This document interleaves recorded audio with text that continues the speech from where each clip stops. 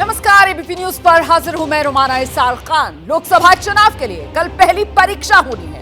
पहले दौर के लिए मतदान होगा, वोट डाले जाएंगे 21 राज्यों की 102 सीटों पर। पहले चरण में 19 अप्रैल को पोलिंग बूथ पर मतदान कराने वाले कर्मचारियों का पहुंचना भी शुरू हो गया है। पहले चरण में जिन महत्वपूर्ण सीटों पर चुनाव होने जा रहे हैं उनमें महाराष्ट्र के नागपुर से लेकर कन्याकुमारी, तमिलनाडु के चेन्नई सेंट्रल, उत्तर प्रदेश के मुजफ्फरनगर, सहारनपुर, कैराना, पीलीभीत, असम डिब्रूगढ़, राजस्थान जयपुर, मध्य प्रदेश छिंदवाड़ा, ये सीटें शामिल हैं।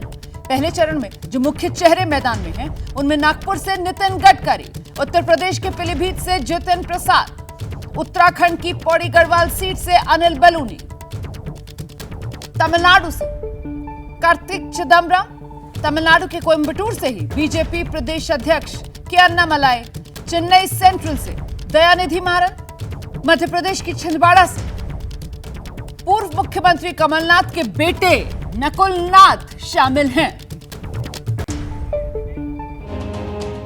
तो ये पहले चरण का चुनाव है और इस पहले चरण के चुनाव को लेकर कुछ महत्वपूर्ण जानकारियां यहां इस बड़ी स्क्रीन पर मैं आपको दे देती हूं। देखिए, पहले चरण का चुनाव कल वोट डाले जाएंगे 19 तारीख को और कुल सीटें 102 हैं, मतलब 543 में से 19% सीटें जिस पर फैसला मतदाता करने जा रहा है। कुल 21 राज्यों में वोट डाले जाएंगे कल और कुल उम्मीदवार जो हैं इन 102 सीटों पर वो 1625 हैं। तो ये पहले चुनाव से जुड़ा हुआ पूरा गणित जो मैंने आपके सामने रखा। इतना ही नहीं, जो राज्य हैं जहां पर वोट डाले जाएंगे, तमिलनाडु की सभी 39 की 39 सीटों पर कल वोट डाल दिए जाएंगे। उत्तर प्रदेश में आप जानते हैं सभी 7 चरणों में वोट डाले जाने हैं और कल पहले चरण में 8 सीटों पर वोट डाले जाएंगे। राजस्थान में 2 चरणों में वोटिंग होनी है, कल पहले चरण में 12 सीटों पर वोट डाले जाएंगे। मध्य प्रदेश में भी 6 सीटें हैं कल जिस पर वोट डाले जाएंगे, इसमें वो छिंदवाड़ा वाली सीट भी है। इसके अलावा महाराष्ट्र 5 है, बिहार की 4 सीटें हैं, छत्तीसगढ़ 1 सीट है, बस्तर वाली जहां पर वोट डाले जाएंगे। उत्तराखंड की सभी जो 5 की 5 सीटें हैं वहां पर वोट डाले जाएंगे।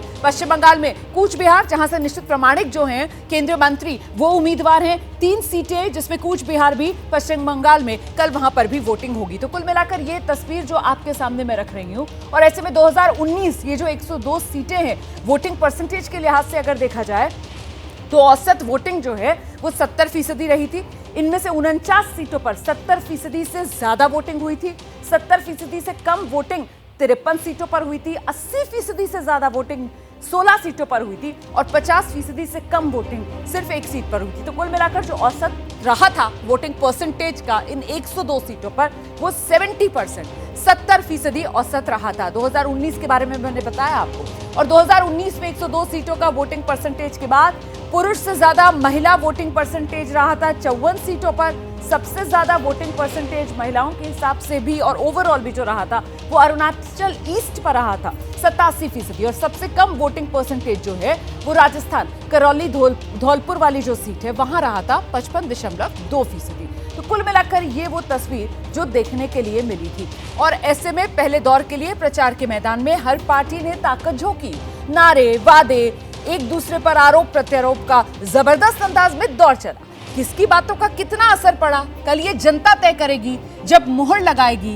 लेकिन उससे पहले एबीपी न्यूज के रिपोर्टर्स जो हैं ग्राउंड जीरो पर पहुंचे हैं और जानने की हम ये कोशिश कर रहे हैं कि वो कौन से मुद्दे जिन पर जनता कल वोट करने जा रही है।